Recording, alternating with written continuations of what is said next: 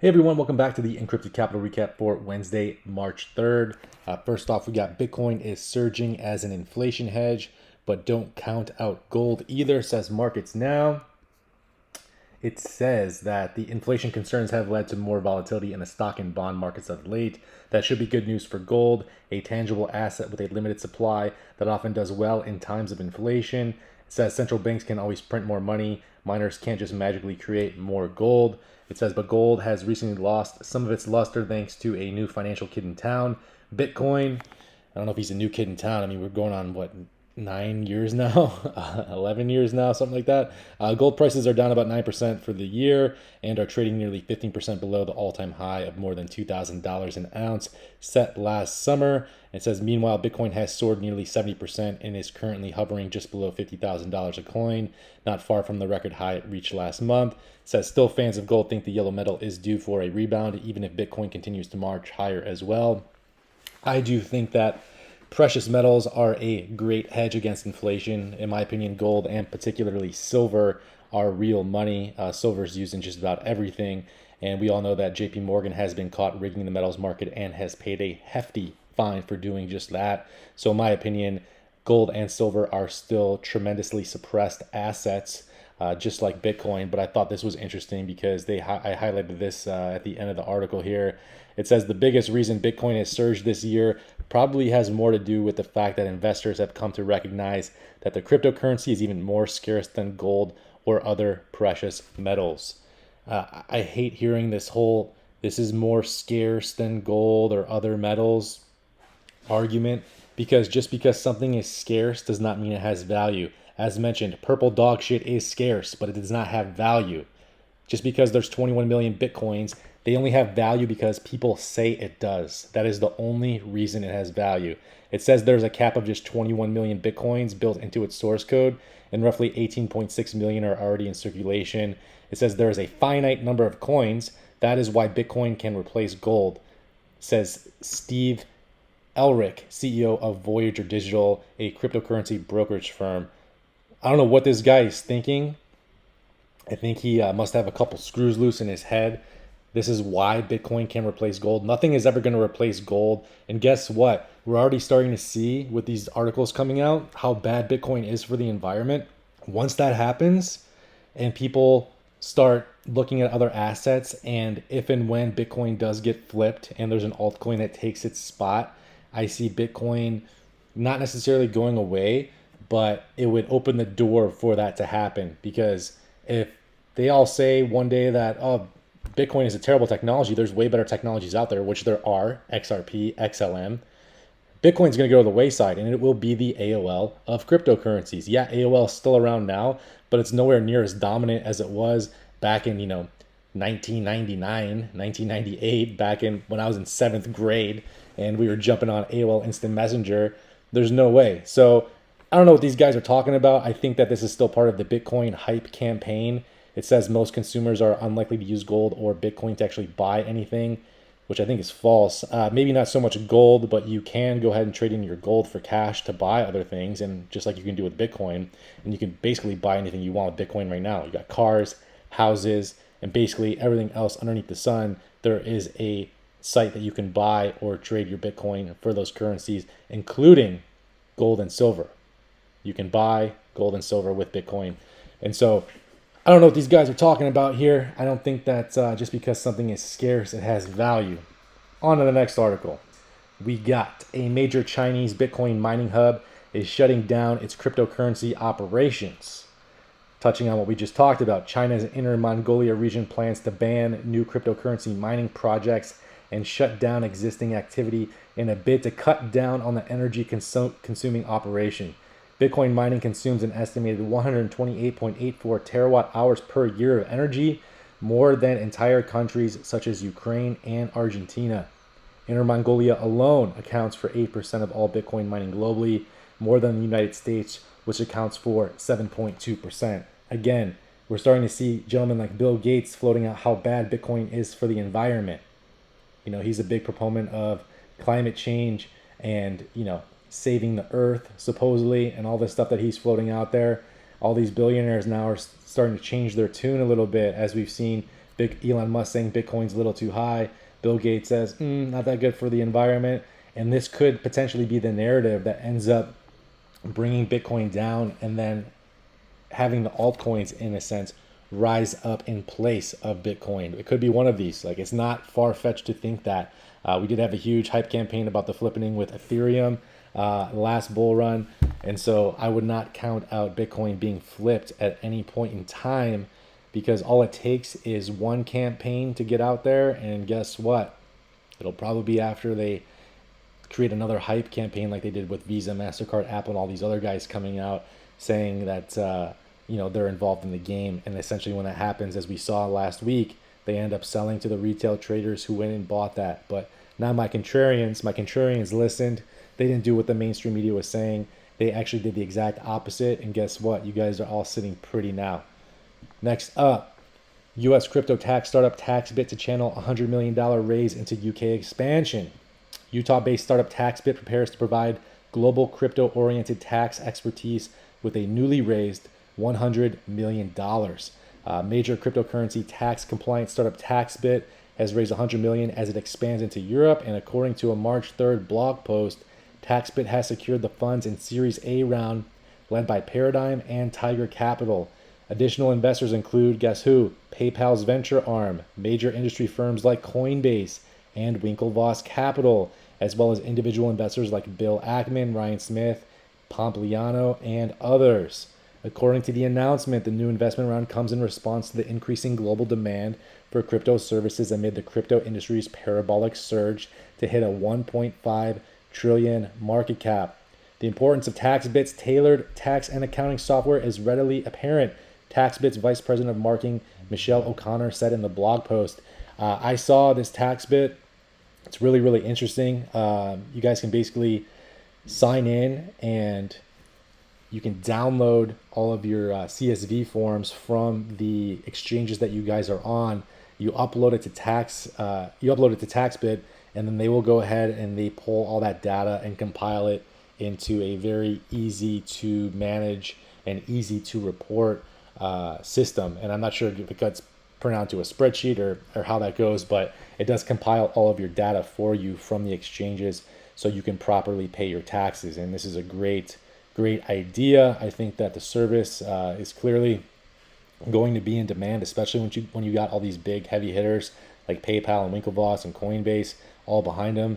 I do think that this is going to be a huge service that a lot of people are going to jump into, and if they're one of the first movers, they're going to be doing very, very well. So check out TaxBit. Obviously, I don't get paid from these guys. No one's sending me any money, but you guys can check them out and see if they might be able to help you. Next up, what do we got? More tax news. IRS says buying crypto with fiat does not trigger tax reporting rules. The IRS has narrowed the breadth of its new crypto reporting question. It says the IRS said Tuesday it will not require crypto investors who simply bought virtual currency with real currency to report that transaction on this year's tax return. That's great. I wasn't actually planning on doing that anyway, but that's cool that we have confirmation that you don't have to. It says delivered on tax collectors' crypto FAQ page. The clarification effectively exempts taxpayers who say bought Bitcoin with dollars to check the crypto box on their annual 1040. That new question asks, at any time during 2020, did you receive, sell, send, exchange, or otherwise acquire any financial interest in any virtual currency? It says the exemption is narrow. However, investors who swapped one crypto for another, sold their positions, and received a token airdrop will still need to check the crypto box under the latest IRS FAQ update. So all you contrarians that have your XRP and you're going through Coinbase and you're getting that Spark token airdrop, does look like you will need to check that box. It says taxpayers did express confusion over whether otherwise acquire any financial interest in crypto included the act of buying with fiat. Head of a tax strategy for CoinTracker, and even IRS officials have told CoinDesk that some of the agency's crypto regulations are not ideal. So yeah, definitely always check with your account and make sure that you're in the clear here. But looks like you guys are going to have some tools if you were buying and selling and cashing out some of your positions. At least you'll have an easy way to go ahead and manage that with that TaxBit. And if you're just buying crypto on Coinbase and you're not selling anything yet, it looks like you don't need to check the box. So Next up, what do we got here? Moneygram says it still supports Ripple despite partnership pause. So the other day, Moneygram came out and said that they were pausing their partnership with Ripple due to the SEC filings and debacle that's going on. It says the money transfer firm Moneygram claims its support for Ripple is still in place, which of course it is. They took $50 million from Ripple. And like I said, you think they didn't do their due diligence? Of course they did. It says, despite an announcement that it will suspend the receipt of market development fees, but the two companies endured a bitter fate on the stock market, with the former stocks, many of which Ripple owned, taking a plunge. So Ripple began paying MoneyGram the fees as part of an agreement, which we touched on a little bit in the last couple of videos. And so they decided that they were not going to do that anymore. And it looks like they're still all for Ripple, though. So like I said, I mean, you're not even giving Ripple a chance to figure out if they are security or not via the SEC. You're just going to go ahead and basically assume they're guilty, or either that or they're just playing it cautious, I guess. But I don't know. I don't really trust this. Like I said, I think that if you're going to be taking $50 million from a company, you're going to know exactly what it is you're taking, who they're involved with, what they're doing. There's got to be a ton of disclosures. So again, I think it's fear, uncertainty, and doubt, aka FUD, that is going to be shaking the retail traders out one last time before we fly into the ionosphere. Next up, what do we got? We are looking at Tezos. And so Tezos ties up with Wolfram Blockchain Lab to simplify smart contract deployment. And so there's some more news that came out on Tezos and what they got going on here. Basically, they are going to be partnering with this company and utilizing their smart contracts. It says Wolfram, a renowned computational technology provider, supplies computational languages and answer engines via its own distributed ledger technology, DLT, exactly what XRP runs on. The two-way integration orchestrated by Wolfram and the TQ Tezos is intended to allow both blockchains to pull and push data from each other. And we talked about Tezos a little while back because we're actually staking Tezos in our ledger, and we're turning that into an interest-bearing account where we get paid every couple of days just for lending out our crypto to process transactions, which is really cool. And we actually made a buy. Anytime I see a 50% dip in an asset that I am very interested in, especially one like Tezos that hasn't taken off yet. So it did about a 50% dip, and when I saw that hit, I bought right there for sure. And so we're up a little bit. I am still anticipating that it may go down or at least tap this trend line one more time. Excuse me.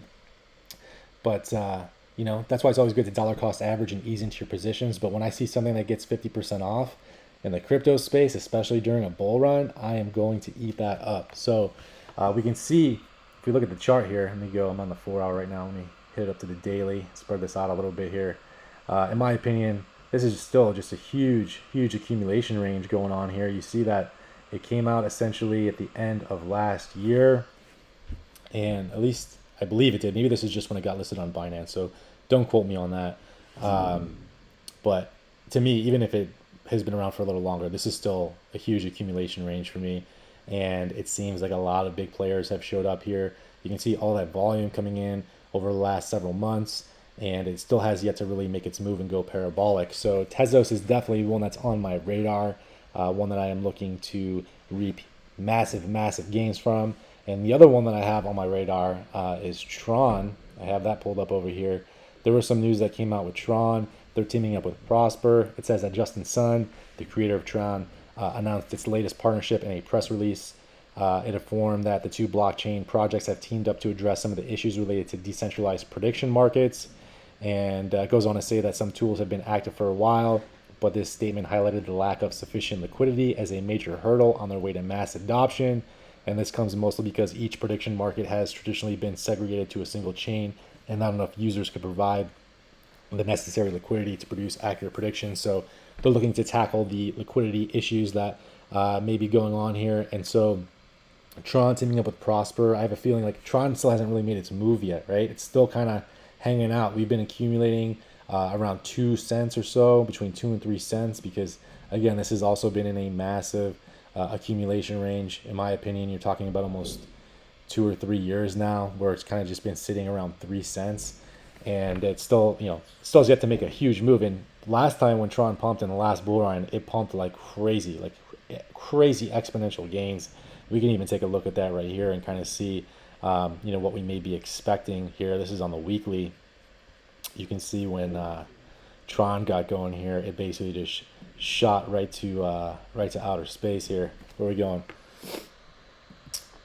Yeah, look at that huge wick on the weekly. My God. All right, here we go. So roughly here, all the way up to here, we're talking on Tron, 30,000% gains. So like I said, when Tron moves, it moves. And I am expecting at least a retest of 35 cents. And as mentioned in previous videos, when we're going into the bull market cycle here, a lot of these coins statistically will do 10x their previous all-time high. So for me, a price prediction for Tron would be $3.50, and I wouldn't be surprised if Justin Sun really blasts it to the moon and takes it up to $10. But right now we're sitting at roughly 5 cents here, so I still think it's a very undervalued project. You got Justin Sun, who's a billionaire, so I wouldn't surprise him one bit if all his billionaire buddies jump in and really send this thing to the stratosphere.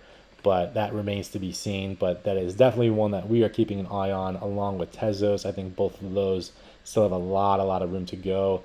And this is when I talk about the suppressed assets. These are what I'm talking about right here. I mean, look at this chart. I mean, it's been basically flat this whole time here. And this is exactly where you want to be buying and accumulating. When everything's flat, it's, 95% off of its all-time high. Where are we at here? 97% off of its all-time high at the lows. So that's when you see the least amount of risk. That's when everybody should be jumping in. It's so funny because when groceries are on sale, everybody's going to jump in and buy them. But it seems like most traders, not my contrarians, but most traders, most average retail traders are going to be scared to buy assets when they're 98% off their all-time high. But for me, I'm licking my chops when I see that, especially if there's got a good team behind it, it's got a couple billionaires behind it. Those are the projects I want to buy because, okay, so what? Maybe it does drop a little bit more down. Okay, so what? I'm down an extra few percent off the high. Who cares? The upside potential is massive and the downside risk is limited. It's absolutely limited. So find these projects. They are out there. And I think I'm going to start pumping out more in our Substack Encrypted Capital newsletter. For anybody who pays, we're going to be sending out our research and what we find. Yeah, I share a little bit of this stuff with you guys here, but there's going to be a lot more of this data that comes. And we found projects that you got people in the UN or that formerly worked for the UN that are backing that have huge upside potential. And those projects are just getting going. So imagine being in something when it's 0.0001 cent and then it goes up and flies up to a penny, 10 cents, a dollar even.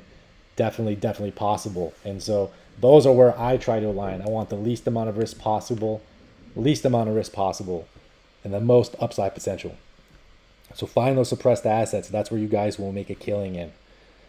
Next up, what do we got here? I think I'm about done here. I think Tezos Foundation, you guys can go ahead and look that stuff up and kind of see where they're at. I think the Tezos Foundation was one of those 42 companies that I mentioned yesterday that has a huge stake in Bitcoin. Yeah, so here we go. So this is why I had that pulled up. So the Tezos Foundation is one of the 42 companies here that has a huge stake, $65 billion worth of Bitcoin, 1.3 million Bitcoin is held by 42 companies. And the Tezos Foundation, where are they sitting at over here? Boom, right here. What are they, number 20, 23, something like that? They're holding a bunch. So to me, Tezos would be a good idea. And with that being said, I think that will do it for this edition of the Encrypted Capital Recap. If you guys like what you heard, please drop us a comment, like, subscribe. If you want some more content and you want that exclusive content, go ahead, subscribe to our Substack. You guys won't be disappointed, and we will catch you all in the next video.